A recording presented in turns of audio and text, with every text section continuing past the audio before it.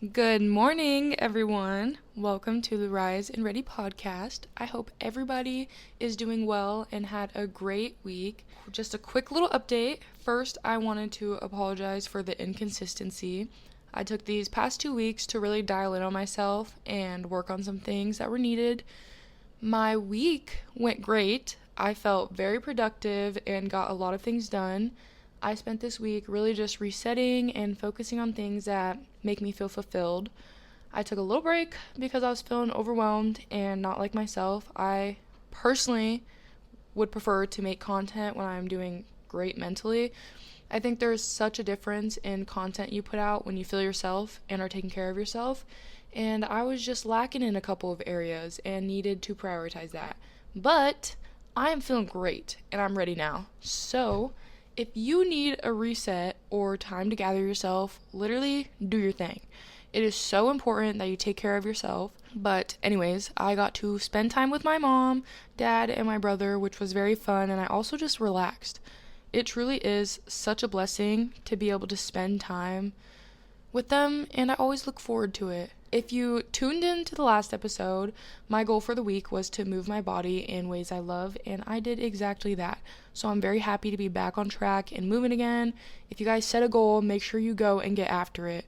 And that brings me to the goal for this week. It is to get some more sleep and to go to bed at a better time, so I'm not struggling to get up in the mornings. Let me tell you, I have been snoozing those alarms. Every single day, it has been a mission to get myself out of bed. I don't know if it's because the weather is nice and cool and the sun doesn't come up till like 6 now or 7.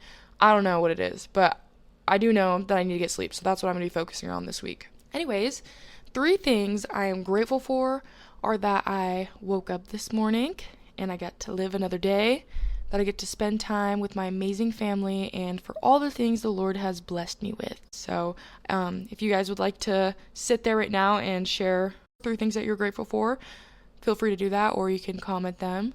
I'd love to hear. And alright, let's get into today's episode, which is about why self-love isn't always pretty. I struggled with self-love a lot, especially growing up, and it's something that I'm still working on and learning to be better at. Like, I love myself, but I want to truly love myself always and stop talking down on myself and being so freaking hard on myself. People make self-love seem like it's always rainbows and sunshines, and don't get me wrong, it definitely can be. But really, self-love is doing the hard things. And today, I really want to touch on the parts that are not so easy and glamorous. So, there is a messy side of growth. What I mean by that is that, again, it's not always going to be rainbows and sunshine 24/7. Self-love means sometimes you're going to lose people you love and cherish deeply. It means you are going to outgrow certain environments, people, friends, habits, lifestyles, all that good stuff. Or even realizing that you accepted less than you deserved and it's time to grow and move forward. The majority of the time, it is going to hurt. And you're going to question yourself in the process, maybe even ask yourself, why me? Well, the truth is, why not you? Every hardship and adversity that we go through is what makes us stronger. We grow and learn every single time, and you may not even be able to see that in the moment, but once you break through, you will realize that God always has his best interest in you and always has a plan for you, and that plan will not fail. You will prosper. You have to do what is best for you and what is in your best interest. In my opinion, that is not selfish. You have to prioritize yourself and your well-being.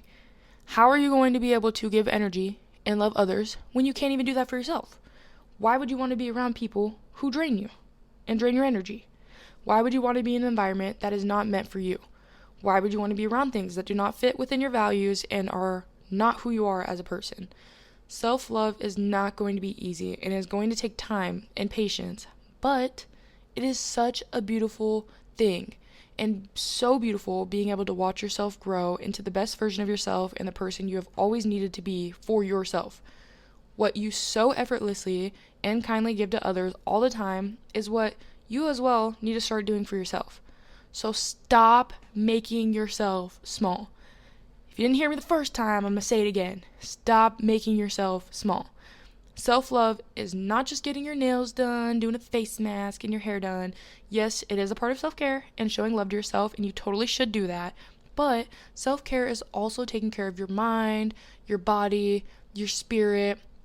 What I mean by that is moving your body every day in ways you love. For some, that is weightlifting.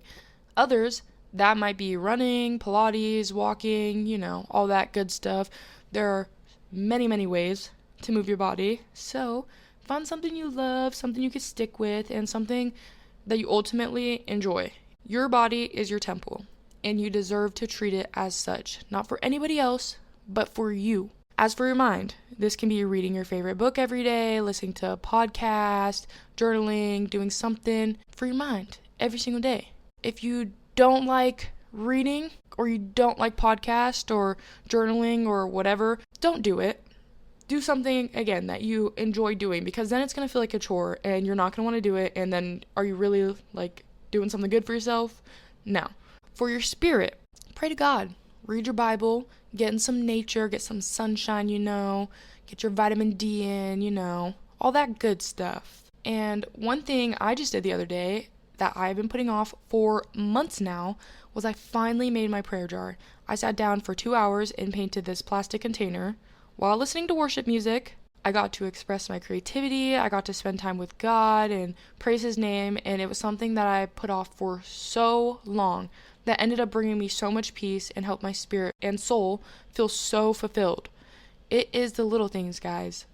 Ultimately, just do what makes you happy through all aspects of yourself, and do whatever helps you feel fulfilled. Self-love may also mean going to therapy and getting the help you need. There is nothing wrong with that at all. You have to do what is best for you. You have to dig yourself out of this hole. No one is here to save you. You have to want it for yourself. And at the end of the day, the only person that can help you is yourself. You cannot keep relying on other people. Self-love is so uncomfortable, and you're going to have to get out of that comfort zone. One of the hardest forms of self-love, maybe that's just for me, I don't know, could be for you, it's all of our opinions, but is setting boundaries. Boundaries mean telling people, this is what I can handle, this is what I won't handle. Even when you're scared, they will be mad at you or will straight up just leave you. And instead of people pleasing all the time, it is choosing peace, and most importantly, it's choosing yourself. Setting boundaries protects your time, energy, your mental health. Saying no to others is actually saying yes to yourself. I also want to clarify that setting boundaries and choosing yourself does not make you a bad person. It makes you someone who respects their own needs. Boundaries are where your self-worth becomes real. You're going to feel guilt, discomfort, fear, all those things. But these are all signs that you are breaking old patterns. Boundaries are not just about the people around you either. Sometimes the person that you have to set the strongest boundary with is yourself. The way you talk to yourself matters. So that brings me to this. Stop talking down on yourself. Try to get rid of negative talk about yourself completely. You control your thoughts, your emotions, and your life every single day. You are in full control of all of that. You are what you think. So, if you're thinking negatively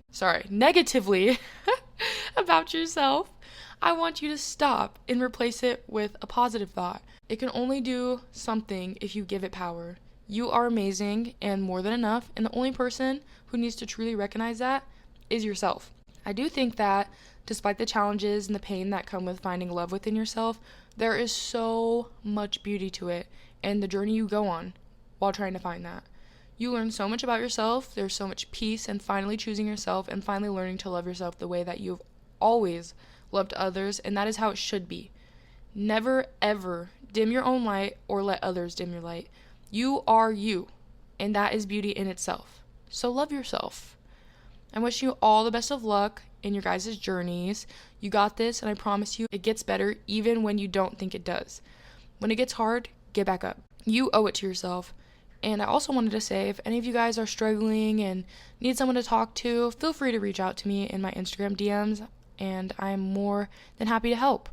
I just want you to know you're never alone, and I promise the hurt and feelings you're feeling now will pass and will never compare to the joy that is coming. Just keep going and never give up. You are so loved. Don't forget that. Keep striving to be the best version of yourself and try to be better every day, even if it's only 1%. It is the little things that count. I hope this episode helped you out a little bit, even if it's just a smidge and you only took one thing from it. And I hope you have an amazing and a blessed rest of your guys' week. And I will see you next Monday. Bye, everybody.